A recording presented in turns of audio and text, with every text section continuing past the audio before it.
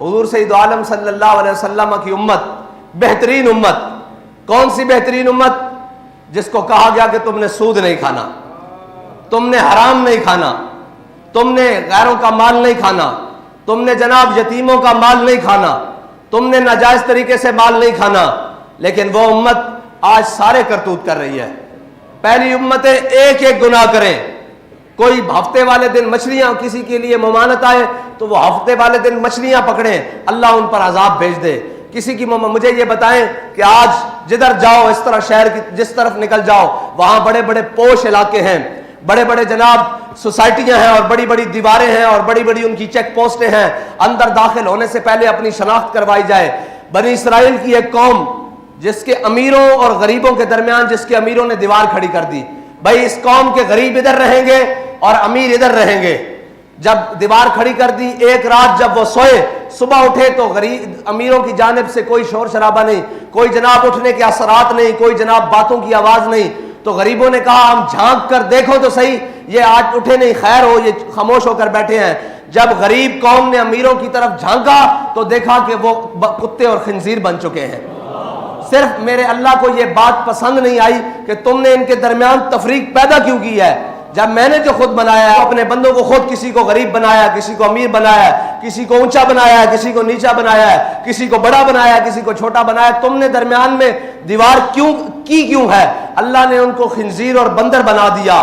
لیکن یہ آج ہر طرف یہی تماشا ہے. بنی اسرائیل والے قوم والے سارے گناہ، وہ مولوی ہوں ان میں بھی موجود ہیں جی، وہ پیر ہوں ان میں بھی موجود، وہ مشائخ ہوں ان میں بھی موجود، وہ عوام ہوں ان میں بھی موجود، وہ سیاستدان ہوں، وہ کوئی بھی طبقہ ہائے فکر سے تعلق رکھنے والے لوگ ہوں، ان کے اندر وہ سارے گناہ موجود ہوں. لیکن پھر بھی ان کے اوپر عذاب نہیں آتا، نہ ڈڈوؤں کا، نہ ٹڈیوں کا، نہ خون کا، نہ بارشوں کا، نہ طوفانوں کا، نہ سیلاب کا. پھر بھی ان کے اوپر اجتماعی عذاب نہیں آتا. تو اس کی وجہ کیا ہے؟ اعلیٰ حضرت فرماتے ہیں عطائے رب، جلائے کرب، فیوز عجب، بغیر طلب، یہ رحمت رب ہے کس کے سبب؟ بے رب جہاں تمہارے لیے. اور جمہوریت کے نام پر اور جناب مفاد عامہ کے نام پر، مفاہمت کے نام پر، وہ جو شخص آیا ہے ہماری وزارت عظمیٰ کے سیٹ پر 10 مہینے 11 مہینے ہوئے ہیں، وہ آیا شخص، وہ کہتا تھا میں اس قوم کو بچانے کے لیے، اس کی معیشت ٹھیک کرنے کے لیے اگر کپڑے بھی اپنے بیچنے پڑے تو وہ بھی جناب بیچ کر ان کی خدمت کروں گا. اس نے کپڑے کیا بیچنے تھے؟ جو فطرت نے لباس دیا ہے، کھال اور ماس اور گوشت، اس نے وہ بھی نوچنا شروع کر دیا ہے قوم کا. اور کبھی بھی فلاح نہیں پا سکتی قوم، یہ بات پکی ہے. اور یہ کہتے تھے حساب ڈار آئے گا. میں نے کہا تھا تمہاری معیشت درست نہیں ہو سکتی کیونکہ تم نے ناموس رسالت پر مداہنت کی ہے، تم نے ختم نبوت پر مداہنت کی ہے، اور جو تیرے در سے یار پھرتے ہیں وہ در بدر یوں ہی خار پھرتے ہیں. ہاں پھر رہے ہو کہ نہیں در بدر خار؟ ہاں تو آیا نہ درتے کیوں بد نصیبہ. ہاں تسی آ جاندے تواڈے کول موقع سی. بابا جی فرماتے ہیں زندگی چ ایک ویڑا اے آندا کہ بندے نو یا ادھر دا فیصلہ کرنا پیندا یا ادھر دا فیصلہ کرنا پیندا.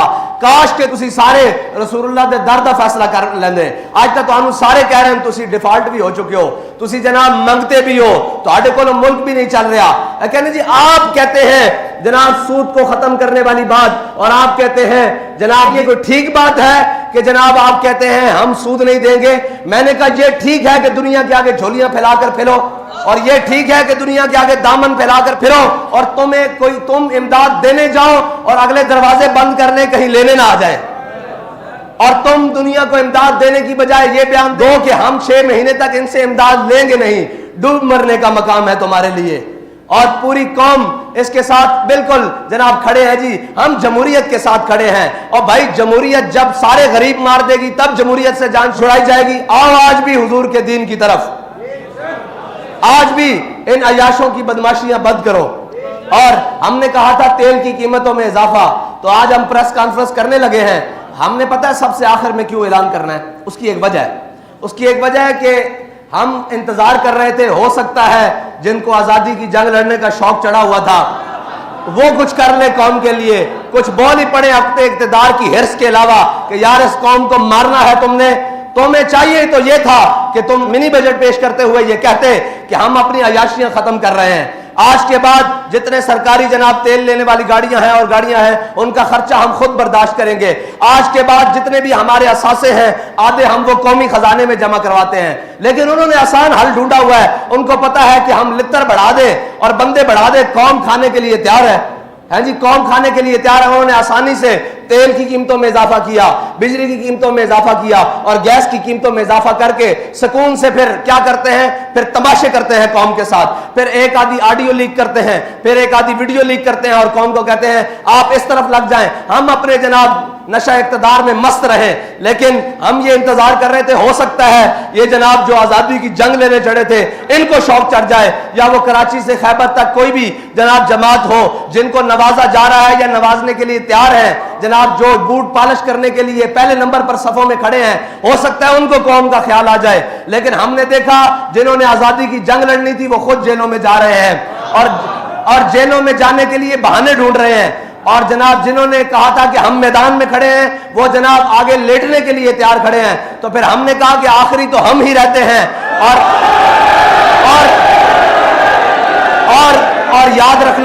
اور یاد رکھنا قوم کی پناہ آخری حضور کا دین ہی ہے. یہ جہاں مرضی پھر لیں آخر وہ دین ہی ہے جو ان کو بچا سکتا ہے, اور وہ دین ہی ہے جو ذات سے بھی مراد ختم کرتا ہے حضرت عمر بن عبدالعزیز کی طرح, رشتہ داروں سے بھی ختم کرتا ہے, تعلق داروں سے بھی ختم کرتا ہے, دوستوں سے بھی ختم کرتا ہے, اور قریبی رفیقوں سے بھی ساری چیزیں ختم کر کے قوم کے خزانے میں جمع کرواتا ہے. اور جناب ان کو نشہ اقتدار نے مست کیا ہوا ہے. لیکن یہ یاد رکھنا تم قوم کے جناب ہر چیز لوٹ چکے ہو, لیکن اب قوم, میں آپ سب سے بھی کہتا ہوں جائیں اور جا کر کہیں. وہ کہتے تھے کہ جناب مولویوں نے روڈ بند کر, ابھی بھی کئی بکواس کریں گے کہ جناب ان مولویوں کو کیا ضرورت پڑی تھی, یہ ایسی بات کریں ایسی بات کریں. بہرحال ان سے تو ہمیں غرض نہیں, کم از کم آپ قوم کے پاس جائیں اور اسے کہیں آپ کس چیز کا انتظار کر رہے ہیں. کہ ابھی ہماری شنید یہ ہے کہ جناب بین الاقوامی ایجنسیاں اور بین الاقوامی ادارے آ رہے ہیں ہمارے ایٹمی پلانٹ کا وزٹ کرنے کے لیے, تو پھر اس کے بعد ہمارے پاس بچا کیا ہے؟ میرے آقا و مولا صلی اللہ, بھائی کچھ بھی نہ ہو غیرت تو اندر موجود ہو. میرے آقا و مولا صلی اللہ علیہ وسلم کی حیات مبارکہ ہمارے لیے مشعل راہ ہے. حضور سید عالم صلی اللہ علیہ وسلم جب ظاہری دنیا سے تشریف لے کر گئے تو یہودی کے ہاں آپ کی زیرہ جو ہے وہ رہن پڑی تھی, لیکن آپ کے گھر میں 9 تلواریں لٹک رہی تھی.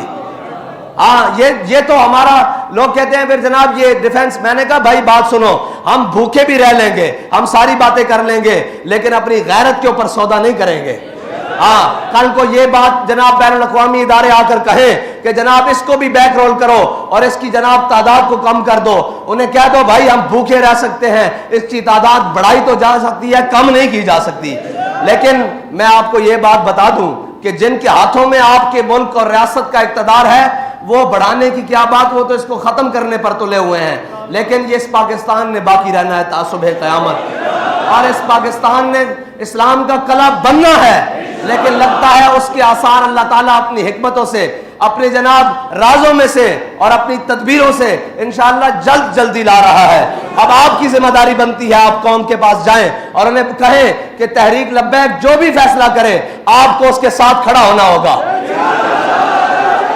آپ تو کھڑے ہیں نا, آپ کا کام ہے قوم سے بھی جا کر کہیں کہ وہ جناب کوئی نونیا ہے, کوئی جناب وہ جناب پی ٹی آئی والا ہے, یا کوئی جناب جو بھی جس جماعت سے تعلق رکھتا ہے, اسے کہو بھائی ساری باتیں بعد میں, یہ ملک بچے گا تو تب ہم بچیں گے نا.